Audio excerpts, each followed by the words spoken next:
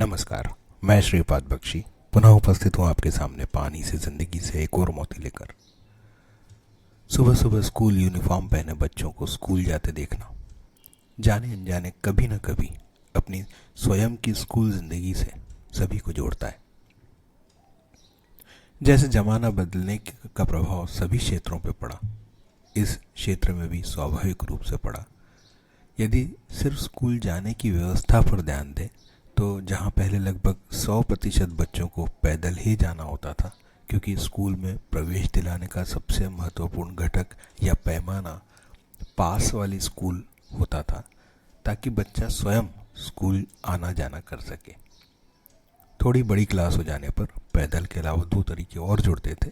वे थे नगरीय बस सेवा और कुछ थोड़ी अच्छी आर्थिक स्थिति वाले बच्चे साइकिल से। पर चाहे बच्चा पैदल जाए, साइकिल से जाए या सार्वजनिक बस से, परिवार से कोई छोड़ने या लेने जाने का प्रावधान नहीं होता था।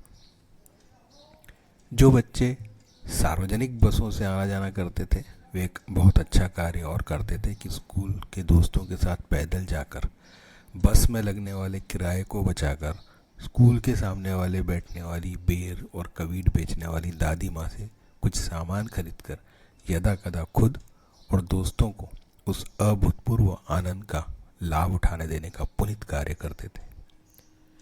इस प्रकार स्कूल पहुंचने के बाद एक बार क्लास के अंदर पहुंच गए तो फिर किसी भी आधार पर कोई भेदभाव नहीं होता था। सभी एक ही प्रकार की बेंच पर सट कर बैठते थे।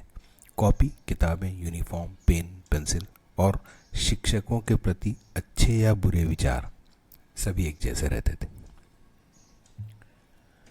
उस समय तो सभी के सपनों में भी ज़्यादा अंतर नहीं होता था, क्योंकि जिस विषय में अच्छी पकड़ हो या जो थोड़ा बहुत दूसरे विषयों से बेहतर समझ पा रहे हों, उससे जुड़ा व्यवसाय या नौकरी ही भविष्य के सपनों का मुख्य आधार बनती थी।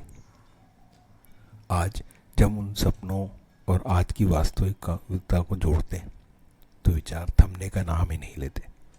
सबसे बड़ा प्रश्न जो सामने आता है यही कि क्या हम आज जो भी हैं उसी पढ़ाई के बल पर हैं जो हमने स्कूल में पाई थी, या हमारी इस ज़िंदगी में हमें मिले अनुभवों, कुछ निर्णायक समय पर लिए गए कुछ निर्णयों, किसी का सही समय पर साथ पकड़ने या छोड़ने और हमारी किस्मत का इसमें योगदान है।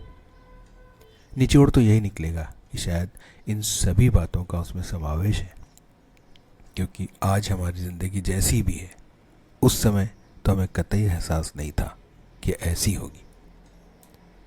पुराने दोस्तों से मिलते हैं या उनके बारे में पता चलता है तो कितने ही विरोधाभास हमारे सामने आते हैं। जिस बच्चे ने कभी समय पर होमवर्क नहीं किया वो आज बड़ा उद्योगपति है।